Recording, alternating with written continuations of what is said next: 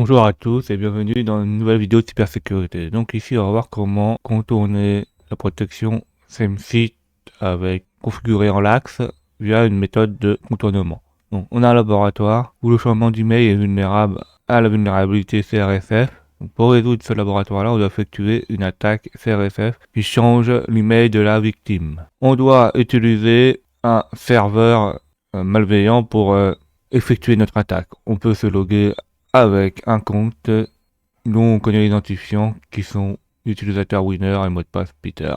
On a une petite note qui nous dit que les restrictions peuvent être différentes suivant les navigateurs qu'on a. La victime utilise le navigateur Chrome et il est recommandé d'utiliser le navigateur Chrome. En fait, on peut utiliser des navigateurs comme Firefox ou autres navigateurs modernes prennent en compte les fonctions SameSeed. L'étape suivante, c'est d'accéder au laboratoire. On clique sur Access the Lab. Une fois qu'on est sur Access the Lab, là, il faut se connecter sur le compte de Winner. Donc, comme je vous ai expliqué sur le début du laboratoire, il faut voir la vulnérabilité dans le changement de l'email. Donc, on se connecte, on met l'username Winner, on met le mot de passe Peter, on se connecte en faisant login, et là, on voit qu'on peut changer l'adresse email. On change d'adresse email pour voir que ça donne. On met l'adresse email bidon et on fait update email. On voit que l'adresse email a changé. On regarde le poste et on voit que sur le poste, on a le paramètre d'adresse email qui était passé. Il n'y a rien d'autre et on n'a rien d'autre dans les cookies et que c'est bon. Comme on a dit au début, qu'il y avait une protection SAMC Clax. Donc en fait, ça veut dire que si pour la contourner, il faut faire une fonction get. Donc comment on fait ça? On peut tester quelque chose de très simple. On peut renvoyer la requête.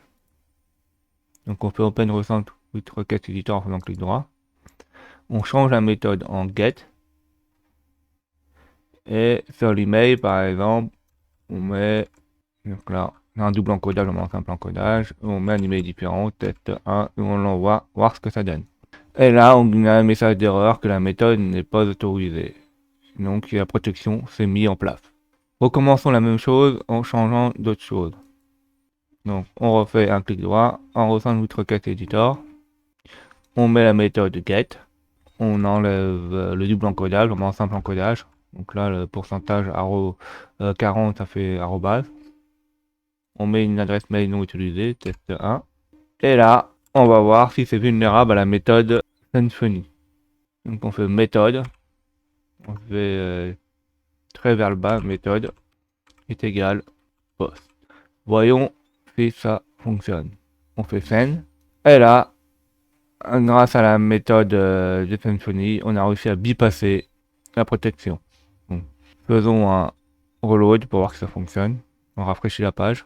Et l'adresse mail a bien été modifiée. Donc en fait, notre injection sur le site lui-même a fonctionné. Mais là, ce qui nous intéresse, c'est de faire la même chose sur le serveur malveillant. Donc dès que l'utilisateur ira sur le serveur malveillant, son adresse mail sera modifiée. Donc comment on fait ceci? On va dans Go to Exploit Server.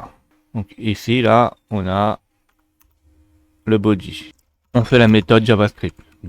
Et à partir de là, on va le dire de modifier l'adresse utilisateur. Donc on va modifier l'email. Donc pour modifier l'email, il faut modifier à partir d'un URL. On fait une redirection. Donc pour faire une redirection, on fait un document location égale parenthèse, et là il faut mettre l'adresse qui a fait une redirection. Donc chez nous, il y en a une qui a fonctionné là, c'est la dernière. Donc la dernière là, celle-là là, elle a fonctionné. Donc on fait un copier, coller.